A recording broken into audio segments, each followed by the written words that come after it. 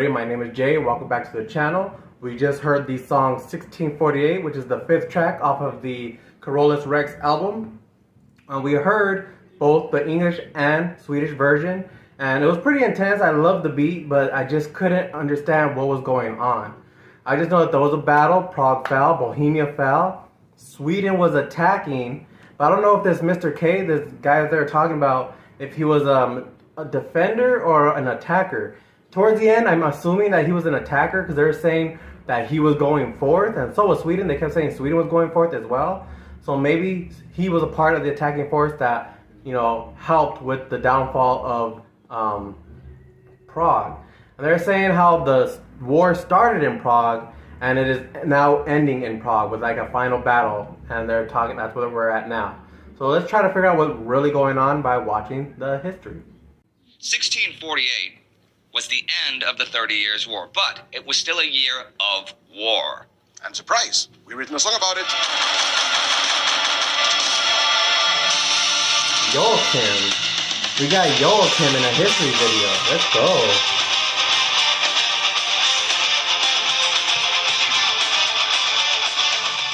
After nearly 30 years of constant war, of plundered cities and millions of lives lost, the warring factions were finally willing to return to the negotiation table in late 1646. No matter which side or which religion, pretty much all duchies and estates were just sick of the war by now. Not only of all the misery and the economic collapse of vast stretches of the Holy Roman Empire, but the increasing futility and absurdity of the ceaseless, endless struggle. Many felt that it was long past the time that the war had achieved any meaningful political goals, and now it was just about the interests of individuals. Even the majority of the German Protestants and those allied with Sweden and France, who admittedly wanted the grip of the Habsburg emperors loosened, even they realized there was no real alternative to Habsburg rule if they wanted to keep the empire alive in any meaningful sense. All within the empire distrusted all foreign powers by now, after the devastation that had followed their armies marching time and again through the countryside, through their homes. So, both the Catholics and the Protestants wanted to settle things. In Westphalia, in the western part of the empire, the Catholics met at Münster and the Protestants at Osnabrück to debate possibilities of a fruitful peace. They sent each other envoys and letters, arguing about a common future within the empire. The Swedes were interested in northern Germany, with possessions that could safeguard the Swedish realm. Most of the northern German states had little choice but to pay tribute or to ally themselves with the Swedes, since the military might of the Emperor Ferdinand III was too weak to help them. By now, the military balance had clearly swung towards his end. So those northern members of the German that they're talking about, they actually made a smart move. They know that their leader didn't have an army to protect them, so they allied with the Swedes, who had a bigger army, and they're pretty much in more close contact with them. Since they're pretty much borderlining with Sweden, they're gonna be more friendly with them because they're gonna take the brunt of the attack if something does pop off. So when they show up, they put their old flags down. They're like, "Yo, we'll join your cause because my king, he ain't got the troops. He ain't got it like that." Enemies. The armies of Sweden and France now outnumber the Habsburg forces in the south, while the emperor's alliance with Maximilian of Bavaria lay in tatters. The Swedish army was still the mightiest in Germany, bolstered by many German regiments with around 63,000 men at arms. The second powerful were the French, whose interests in the empire were far more complex than simply securing their own borders. They wanted the empire to bleed, but at the same time needed to preserve the Catholic influence in Central Europe. This way, they opportunistically fought with and against the Swedes, and with or against German duchies and contingents, depending on the strategic situation.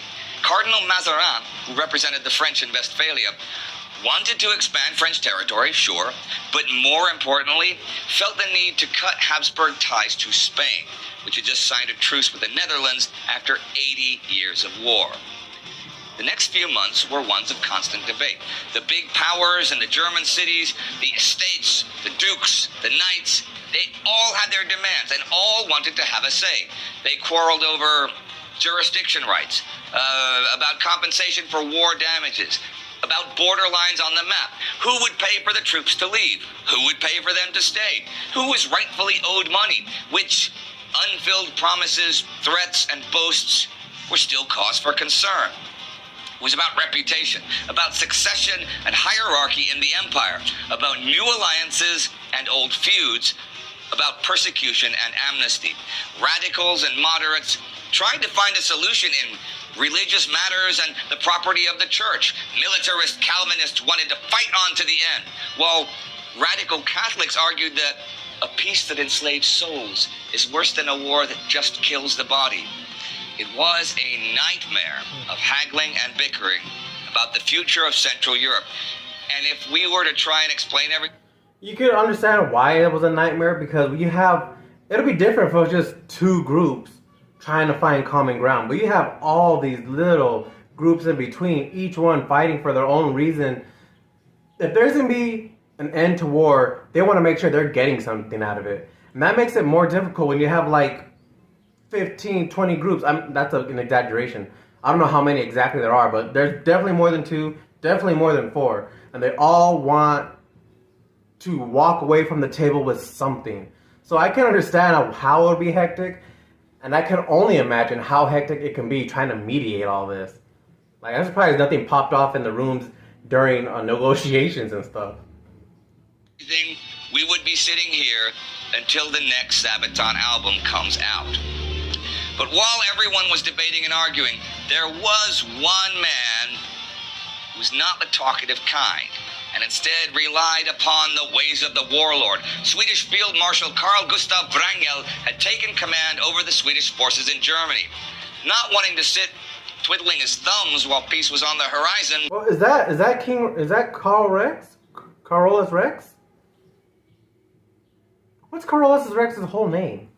You know what? I didn't see the history behind that video. Oh, man, I just messed myself up. There's a whole chunk of information missing right there. He set out against the Southern Coalition into Franconia. Wrangel's tactics were by now common practices. He inflicted terror throughout the countryside by razing whole villages, shooting churches to pieces, trampling crops and fruit trees into the dirt, and of course the usual excessive amount of murdering, raping among the common folk who were unfortunate enough to stand in the way of his army. When you don't speak of these, all over the battle seas, there's a man who went for more than he can reach. All over, on fire, all over him, yes, it's a blaze. Stand alone. Wrangel raided deeper into northern Bavaria, besieging and bombarding cities as he went. He plundered those he was strong enough to take, arguing that the more he could harm the Catholics, the weaker the imperial position would be at the negotiation table. Wrangel... Someone might have to explain this a little bit more in depth to me, because they're kind of painting him in like a bad light, in my opinion. So they stop fighting, they're talking about peace and such, and Carl Gustav's down here raping and pillaging. And of course, like they said, this is just raping and pillaging. That's nothing. That's just the times that they're in right now. But why did he decide to go south? Why did he decide to do this when everybody's talking of peace? Let's keep going, maybe. Was obsessed with the booty and the treasure of the rich aristocracy and clerics, since that was how he and his officers made their living. Maximilian and Ferdinand were well aware of that, and in turn hoped to bolster their forces enough once more to drive a wedge into the Swedish forces descending on their territory. The Battle of Zusmarshausen, though, in May 1648, ended with a Swedish victory, as the Imperials and Bavarians only escaped total destruction with maybe a few thousand men left. And with the Empire badly defeated on the battlefield, the Swedes wanted one more shining victory. Under Field Marshal von Königsmarck, they set their sights on Prague, where the whole war had started 30 years ago. A cynic would not have missed the irony in it all. As the Swedish army passed the old battlefield of the White Mountain, where the first battle of the war had been fought, the final one would be fought nearby. Bohemia had long since been drained of troops, and Prague, though still a jewel in the empire, was only held by a small garrison, now under the command of Imperial Field Marshal von Colloredo. The story goes that a disgruntled imperial lieutenant colonel, who had lost his arm in service of the empire, showed the Swedes where the city's defensive works were the weakest. 100 Swedes overpowered the defenders on the western side of the river Moldau and gained entry into the little town of Prague. The gates were opened for the main host, and a terrible plundering began. The old fortress Hradčany was taken, and the Swedes marauded through that half of the city. But city gates across the river were barred. Citizens and students there took up arms. In defiant firefights, they stopped the Swedish troops who came charging over the Charles Bridge. Colorado's garrison and Prague's people were determined to defend the old town. 3 times in this war, Prague had opened its gates to foreign invaders. 3 times they had suffered. Enough was enough.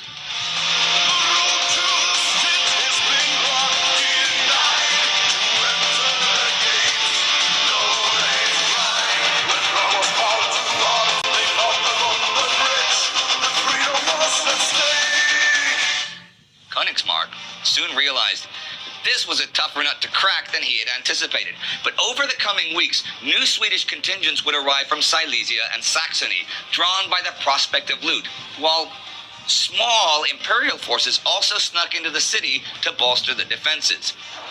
Even as 3 Swedish armies simultaneously attacked, one led by the Crown Prince Carl Gustaf himself, who had arrived to make his mark, the determined defensive line would not be broken. From July to October, the siege dragged on. The situation for the defenders looked bleaker than ever. Colorado knew that the inhabitants of Prague would face a terrible fate if the walls were taken. So every able man was expected to stand by the barricades, while women and children helped out wherever they could, putting out fires and caring for the wounded. Yo, this was a full city operation. Like, they know, like, death is right there on the other side of the wall. They gotta do whatever it takes to keep the wall standing. Even the women and children are in on it. That's...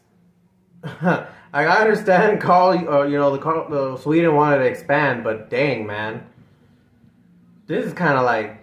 I'm kind of proud of Prague, I ain't gonna lie. Like, no cap. It was all or nothing. Rich or poor, prince or pauper, they all fought together. They would suffer together if they failed. On October 6th, the offensive was renewed. The Swedes were now building their own bridge over the Moldau, attacking the Galgen Gate with all their might. For 2 days, they bombed it until the gaps in it were large enough for the Swedish storm attack. Taking heavy casualties, the attackers eventually forced their way into the city. Only a desperate charge of Colorado's reserve drove the Swedes out of the city once more. Then, on October 24th, 1648, the news spread like wildfire through the empire. Peace had been signed. The arguing, the debating in Westphalia had finally come to a conclusion. A 70-gun salute at Osnabrück proclaimed the end of the 30 Years' War. On the 25th, though, the Swedes attacked once more. If they ignored the peace treaty for just a few days more, they could go home as rich men. But the desperate and exhausted defenders of Prague would once again deny entry to their city. By the day's end, 800 Swedes lay dead before the breaches in walls and gates. It was not until November 5th, as a large imperial contingent appeared outside of Prague, the frustrated Swedes began to retreat. The siege was broken. Prague had prevailed. In the peace treaties of Osnabrück and Münster that concluded the 30 Years' War, all factions had found a compromise that would guarantee a lasting peace for Central Europe. A new imperial constitution acknowledged the rights of the Protestants while keeping the Habsburg emperor in power. Sweden and France profited as well from the weakness of the empire and extended their influence over Germany. There were smaller disagreements, of course, like who was the rightful owner of Alsace-Lorraine, and they remained unsolved, but this would surely be solved sometime soon, right? I mean, of course. It's not like it would be an issue for hundreds of years or anything. Wait, what? Yeah. Well, how about that? Okay, well, that is all in the future. For now, all that counted was the 30 years of war 30 of the most brutal years our world has ever seen were over. Central Europe was at peace.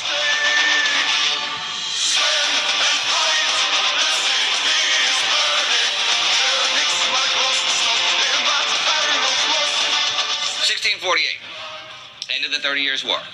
Yes. Why did you write a song about that and not 1618, the beginning of the 30 Years' War? Oh, you... Before he answers, I just want to make something known real quick. Listening to the album, me thinking that this whole album was about Sweden and their rule, like their might and all this and that. I'm pretty sure this song, I guess I just had a warped sense of like, because every history has good and bad. So I think they're just talking about maybe the bad part of Swedish history, where they actually tried to attack Prague and they couldn't, even though they kept coming wave after wave.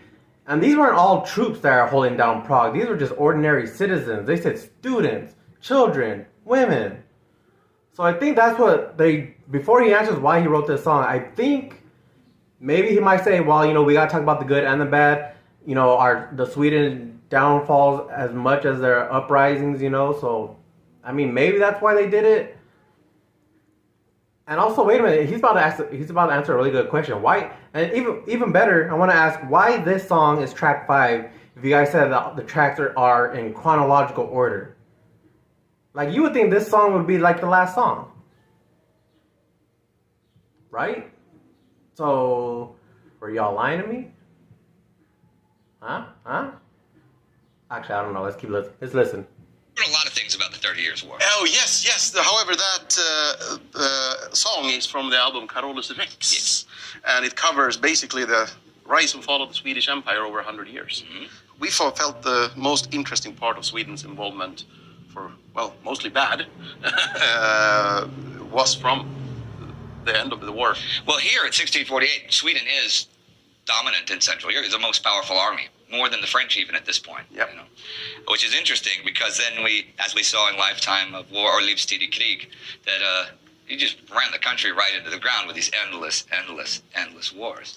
Yeah, and I mean, it's we wanted to get a bit of diversity on the album as well, because for us being Swedish, singing about Swedish history, it's very easy that it becomes some sort of a glorification of the Swedish Empire.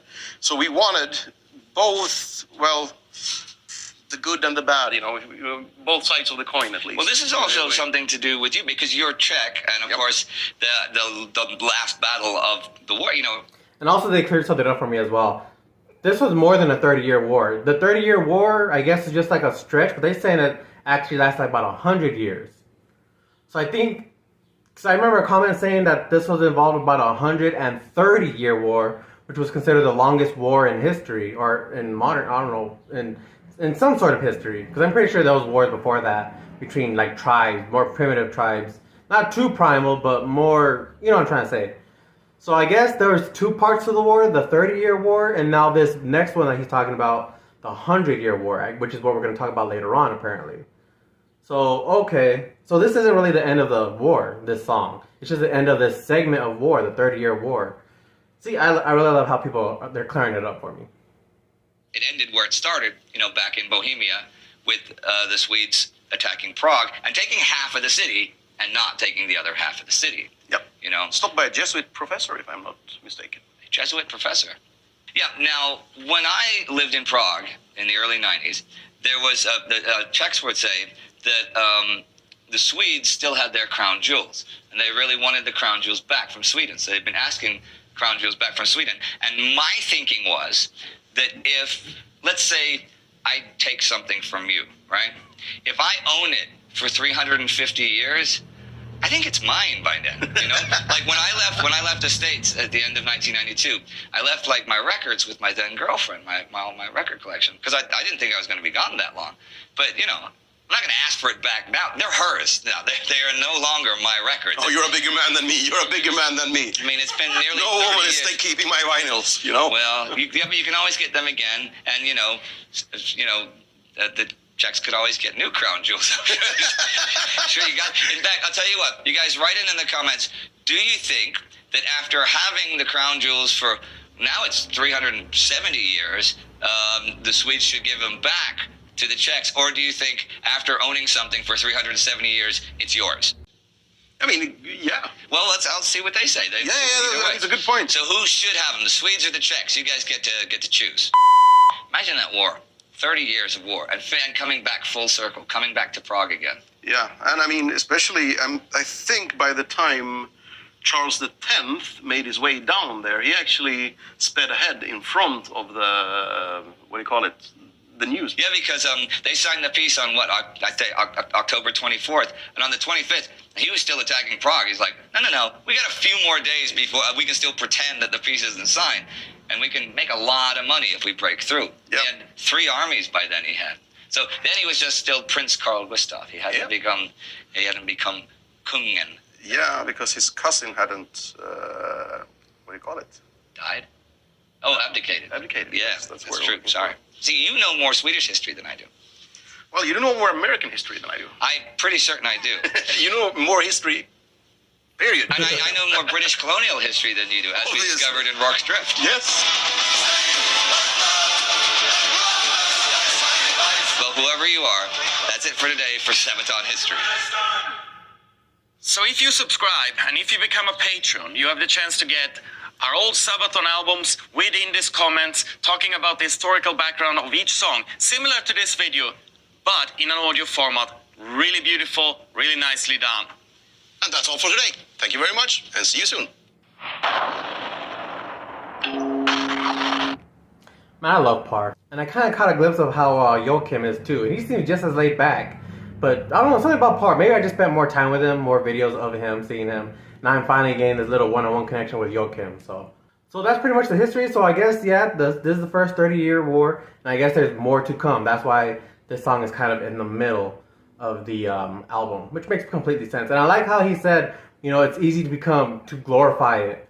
So we gotta make sure that we humble ourselves and put in both the good and the bad. That's why I was kind of looking at the song. I'm thinking to myself, wait a minute, this sounds like Swedish. The bad guy there. They keep attacking the city that's defending itself. The civilians are protecting itself. It didn't sound right, but now I see why. He's using both the good and the bad, and I really respect that. Anyways, hope you guys enjoyed the video. I really enjoyed it myself. I can't put the live concert in this video because it might be too long. So I'm going to go ahead and upload a separate video. I'm going to put all 3 videos up. So the first one is, of course, the English and Swedish version of the song. This is the history. And then I'm going to do, right after this, the reaction to the live concert.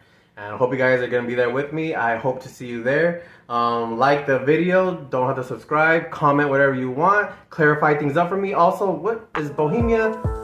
I'm talking too much. See you guys in the next one.